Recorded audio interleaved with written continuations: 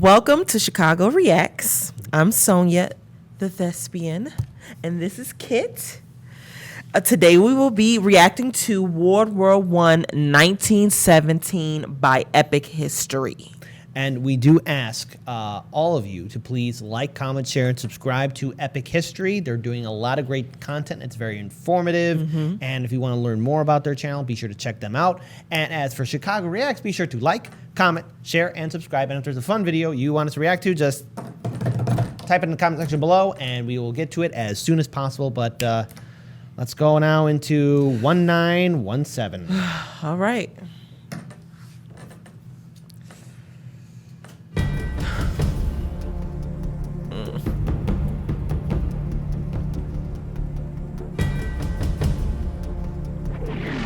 In 1916, World War I became a war of attrition.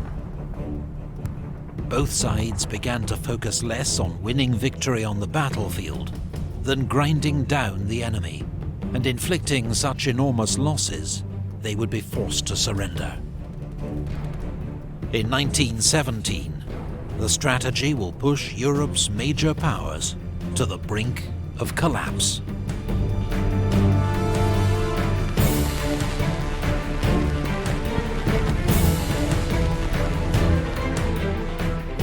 Germany knows it will lose a long war of attrition against the Allies, who have greater resources. So its leaders gamble.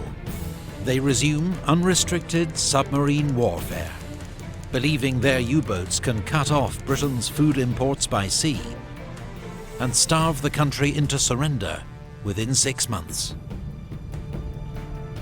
But the new shoot-on-sight tactics mean neutral American ships will inevitably be caught in the crossfire, risking America joining the war on the Allied side.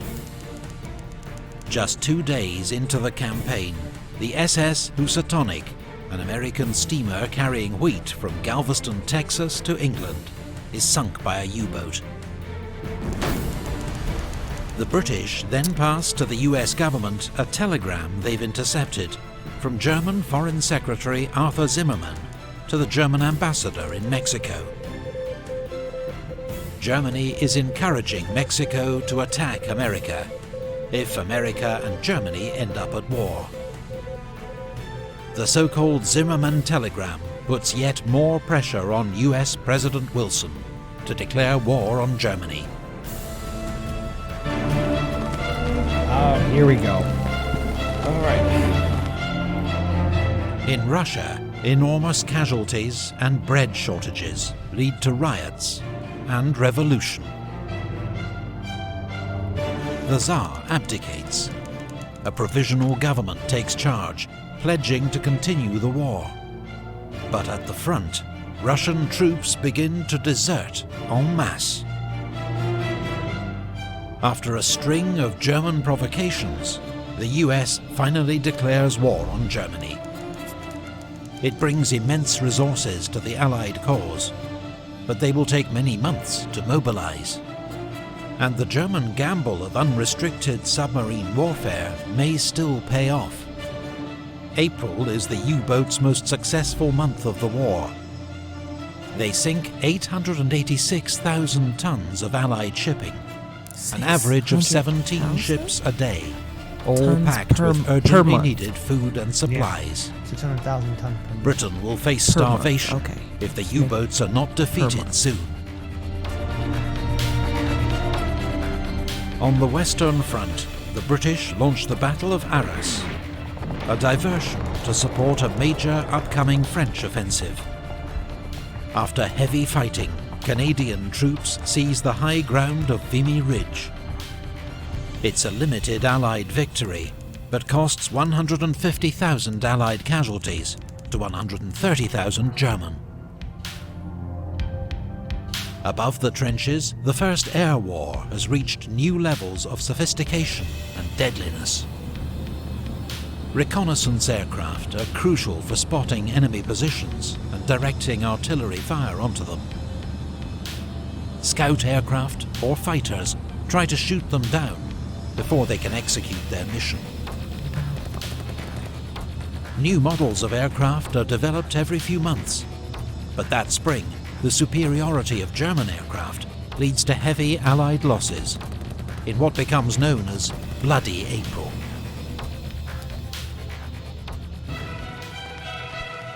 Mm. 3 days after the fall of Vimy Ridge, French General Robert Nivelle launches his main offensive. Expectations are high, but after initial success, the advance bogs down, and casualties quickly mount on both sides.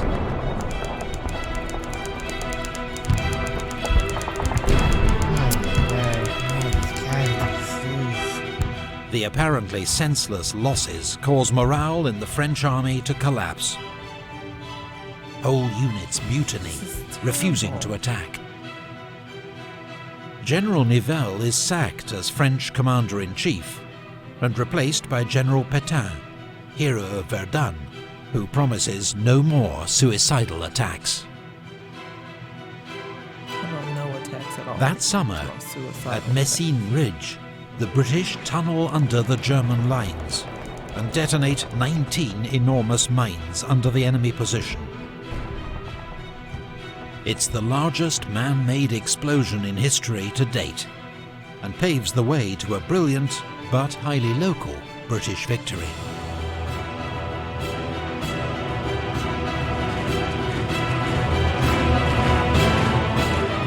In Greece, King Constantine, who has favoured neutrality, is forced to abdicate, and Greece joins the Allies. Russia's provisional government orders a new attack, but the July offensive is a disaster. The morale and discipline of the Russian army has collapsed. It can no longer be relied on to fight, and the Central Powers' counterattack is almost unopposed. At sea, the Allies begin to group their merchant ships into convoys, which sail under naval escort. The new system leads to a steady fall in losses.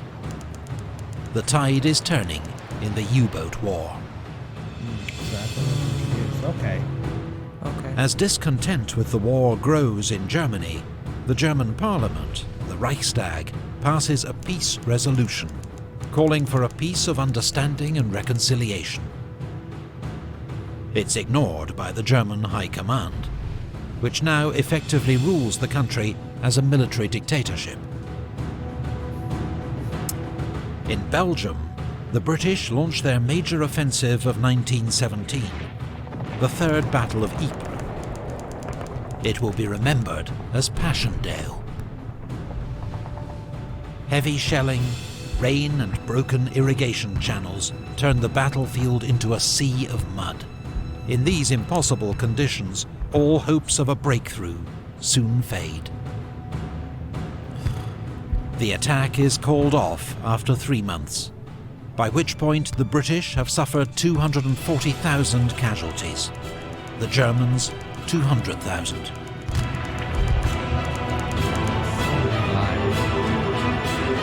just keeps going. On the Italian front, at the 11th Battle of the Isonzo, Italian and Austro-Hungarian forces batter each other into exhaustion. There are 150,000 Italian casualties, 100,000 Austro-Hungarian. That year, 1917, the list of Allied nations grows. Brazil, Liberia, China, and Siam all declare war on Germany as a result of German U-boat attacks. Wait. What? Well, now everyone's joining the Allies. They're I seeing see. the tide is turning, and the Central Powers' time looks like it's up. So everyone's jumping on board now. I see, because Brazil, when I heard that, I was like, huh? Everyone's getting involved. I don't know what else to say. We're all in this fight now in 1917. World War, I guess. That's Or what to they're- curry favour with the Allies. God. China will contribute many thousands of labourers working for the Allies in Europe, the Middle East and Asia.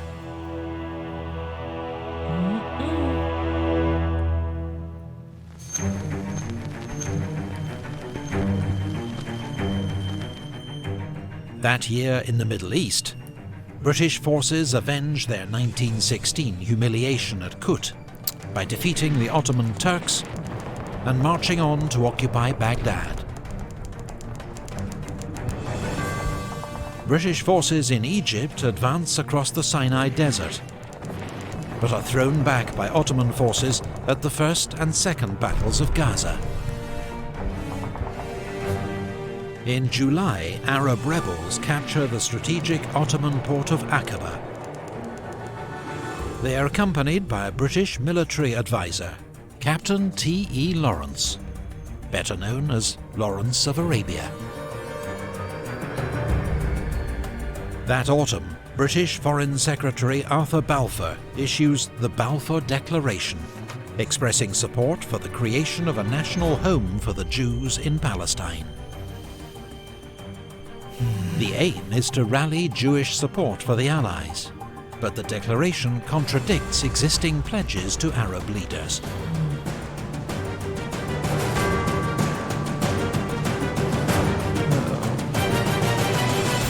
In October, the British finally win at Gaza, clearing the way for an advance into Palestine. 6 weeks later, General Allenby leads British troops into Jerusalem, ending 400 years of Ottoman rule.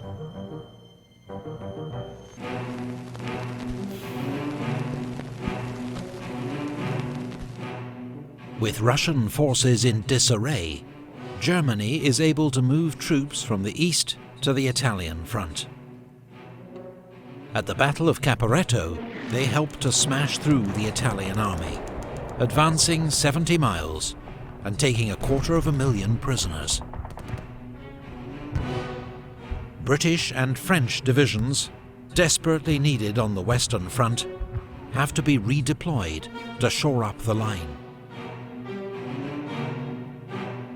In Russia, a second revolution brings Lenin's Bolshevik party to power. He is determined to end Russia's involvement in the war. In France, Georges Clemenceau becomes Prime Minister. Nicknamed the Tiger, he promises total war and total victory.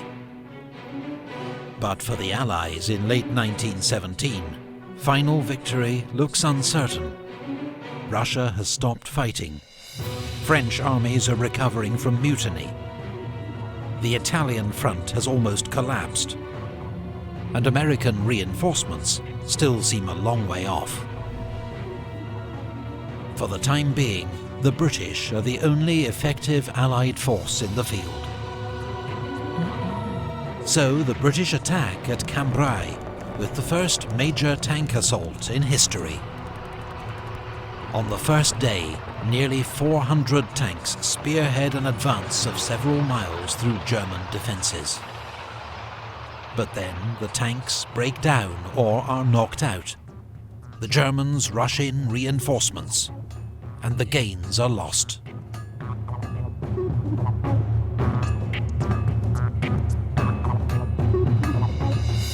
Finland declares independence from Russia. Romania, isolated by the Russian collapse, signs an armistice with the Central Powers. 6 days later, Russia also signs an armistice. The Allied Eastern Front is no more. All those troops. 1917 has seen one major Allied power, Russia, knocked out of the war. Oh, But the arrival of a fresh new ally, America. Germany knows only military victory can now save it from being overwhelmed by Allied resources, and begins planning one last massive onslaught for the spring of 1918. gosh, man. So, we have learned a lot. We have. If anything, of course these movies are not truly historically accurate, but they're worthwhile to watch. Lawrence of Arabia, number one, really great acting, great cinematography in there, and then also I believe the original Dr. Zhivago. Again, Dr. Zhivago takes place during when Russia is entering into the war and then becomes what would later be known as the Soviet Union. Oh, okay. Yes, so worthwhile films to check out. Great acting, cinematography is perfect in it, and Russia's now out, America is now in, and the war still wages still going on. Yes, and it didn't have to be this way. It didn't. So, but here we are. So. There we go. All right. Thank you for watching this video. Be sure to like and subscribe and to check out our other videos. See you guys next time. Take care.